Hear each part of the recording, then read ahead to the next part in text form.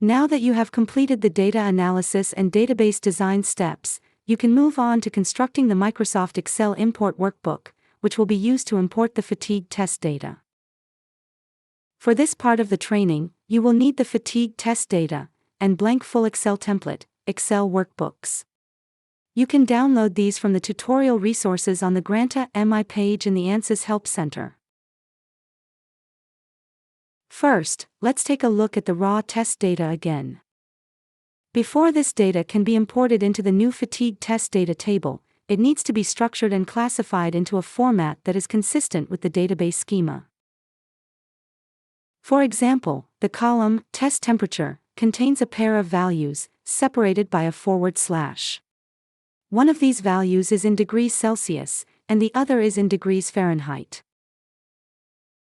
For an attribute representing temperature, the Granta MI importer would expect to read a numerical value. But in the current format, the content of this cell will be considered a text string, and would result in an import error. The data in this column needs to be modified to leave a single temperature value per cell. Another common data preparation task is making the data headings match the names of the attributes into which the data will be imported. This is just for readability purposes, and Granta MI doesn't rely on these names when importing data, but it will help when validating the data after import. For example, data in the assigned column will be imported into stress attributes, so this column header could be changed to stress. You might also want to change other column headers to make their meaning clearer. After applying the required changes, this is what the data should look like. This pre-processed data has been saved in the Microsoft Excel workbook called Fatigue Test Data, which you will be using in the next step, so open that workbook now. You can see that the temperature column now only contains values in degrees Celsius. The assigned column has been renamed Stress, and its 3 parameter columns have also been renamed. Using information from the initial report, additional columns have been added to indicate the alloy type and batch number, as these are common properties that engineers would search for. Performing these types of changes is very common when preparing source data for import into a Granta MI database. This data is now prepared for import. Next, you need to add some specialized worksheets to this workbook to define how the data is to be imported. You can copy these from the blank full Excel template workbook. Open the blank template workbook. Select the attribute lookup, parameter lookup, and import options worksheets. And then copy them into the fatigue test data workbook.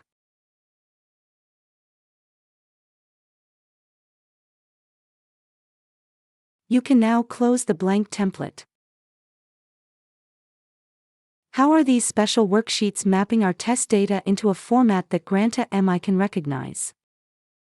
The attribute lookup worksheet maps the data that you want to import to attributes in the table where the data will be imported. Each row defines the necessary configuration for a record property or an attribute, and each column specifies some required or optional property. Currently, there is only one item on this worksheet, record name, so let's look at that now. You will be adding some attributes here later. This row defines how records created with this import workbook will be named. You can see that the value in the first column is record name.